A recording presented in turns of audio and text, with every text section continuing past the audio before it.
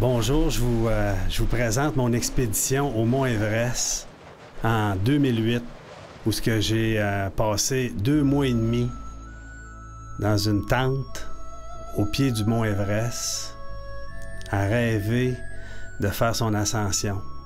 L'Everest, c'est la plus haute montagne du monde. Elle est située au Népal, à la frontière de la Chine. Elle mesure 8850 mètres. Ses premières ascensions en 1924 par George Mallory, puis la victoire de Edmund Hillary en 1953 ont été marquants dans l'histoire de l'alpinisme. Puis les premiers Canadiens en 1982 atteignaient le sommet de cette montagne fabuleuse. Le premier Québécois, Yves Laforêt, a fait l'ascension en 1991. Pour ma part, on s'est rendu au camp de base en 10 jours. Puis de là, on a vraiment fait l'acclimatation, comme on dit. C'est être au camp de base, se reposer pendant quelques jours, faire des randonnées pour s'acclimater, parce que l'oxygène est très rare dans l'air à ce niveau-là de la montagne. On est à 5300 mètres au camp de base de l'Everest. On est entouré de montagnes, d'avalanches, et on va camper au camp de base sur la glace. Alors, après s'être reposé pendant 3-4 jours au camp de base, on va commencer à monter la montagne jusqu'au camp numéro 1, situé à 5900 mètres d'altitude. Ça représente le sommet du Kilimandjaro.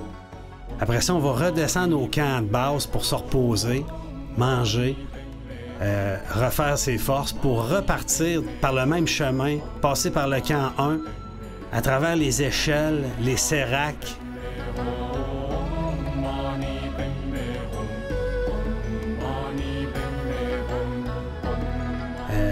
On va traverser des crevasses avec des cordes fixes.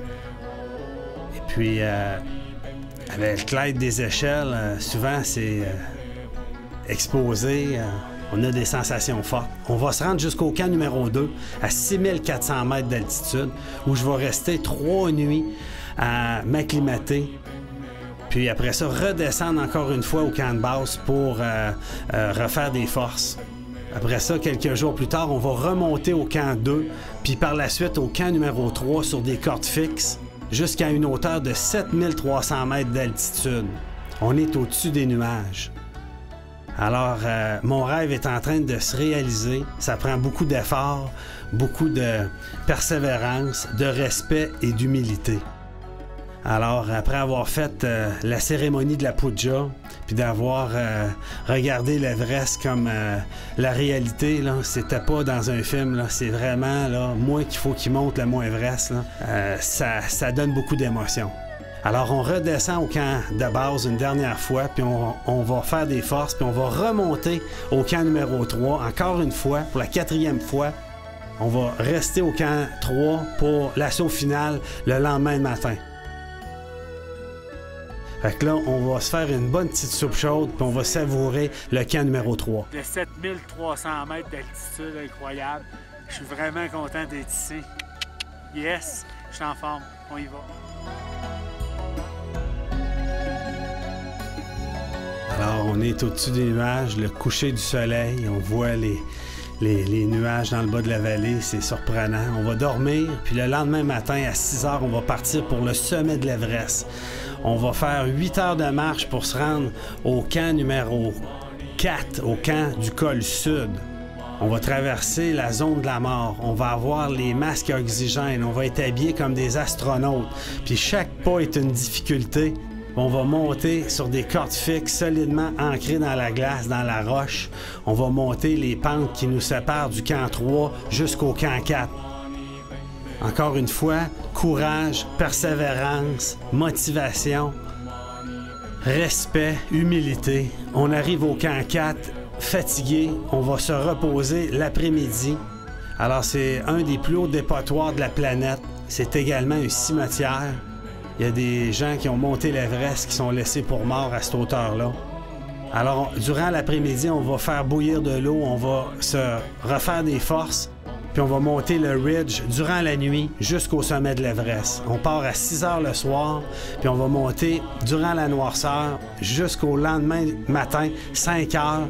Puis là, je vais sortir ma caméra, puis vous allez voir le lever du soleil. Regardez avec moi le soleil qui se lève sur l'Everest, sur l'Himalaya, avec le mont Makalu, la 5e plus haute montagne du monde. Le mont Lhotse, la 4e plus haute montagne. Alors là, je suis au-dessus de ces montagnes-là présentement. Je sais que je vais atteindre le sommet de l'Everest. Je suis en train de réaliser que je vais atteindre le sommet de l'Everest quand tout à coup, je me retourne puis je vois l'ombre de l'Everest derrière moi.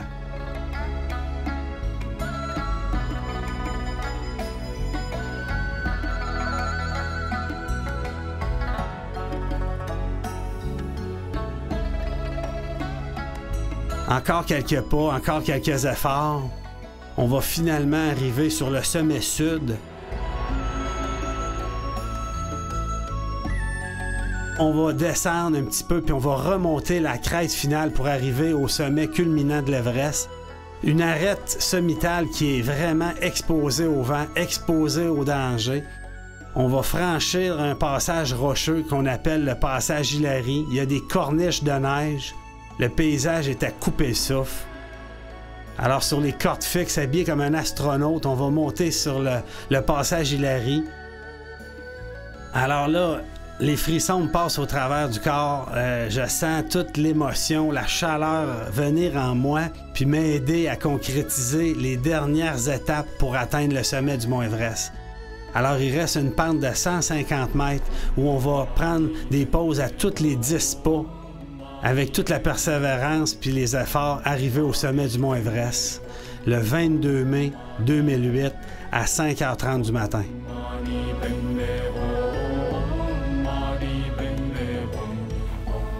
Alors, on est au sommet du mont Everest avec le sommet en arrière de moi. Sébastien vient d'arriver, je suis super content. On avait un petit doute, mais là, ça s'est concrétisé. C'est hot, il fait beau, le gros soleil. On est au-dessus des nuages, on est sur le toit du monde! Yeah! On était prêt. Très content. Okay. Alors, je suis resté 1h30 au sommet à penser à ma famille, à mon père qui est décédé quand j'avais l'âge de 9 ans, qui m'avait initié à la montagne, à ma famille, à mes proches. Et quand j'étais au sommet du mont Everest comme ça, puis après tous ces efforts, 2 mois et demi d'expédition, 53 jours d'ascension. Je me suis senti vraiment bien là, avec moi-même. Je venais d'accomplir une grande réalisation personnelle, un accomplissement. Je pensais à mon père qui est au ciel. Je ne pouvais pas être plus haut sur la planète pour le saluer. J'ai eu beaucoup d'émotions. J'ai pensé à tous mes amis, à mes partenaires, à mon équipe au complet, de tous ceux-là qui m'ont aidé à réaliser ce grand rêve. J'ai contemplé le paysage sublime de l'Himalaya, 200 km de vue panoramique, l'Inde, la Chine, le Népal, tout est à proximité. Alors, après avoir fait l'ascension, vous savez, il faut redescendre. Le meilleur alpiniste au monde, c'est pas celui qui monte l'Everest, c'est celui qui redescend vivant. Alors, l'aventure n'était pas terminée. Il a fallu que je redescende pendant 3 jours. Puis, je suis arrivé sain et sauf chez nous après 2 mois et demi d'expédition au mont Everest. Puis, par la suite, j'ai complété en 2009 la collection des 7 plus hauts sommets des 7 continents du globe.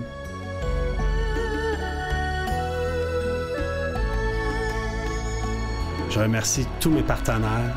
Merci beaucoup à tous.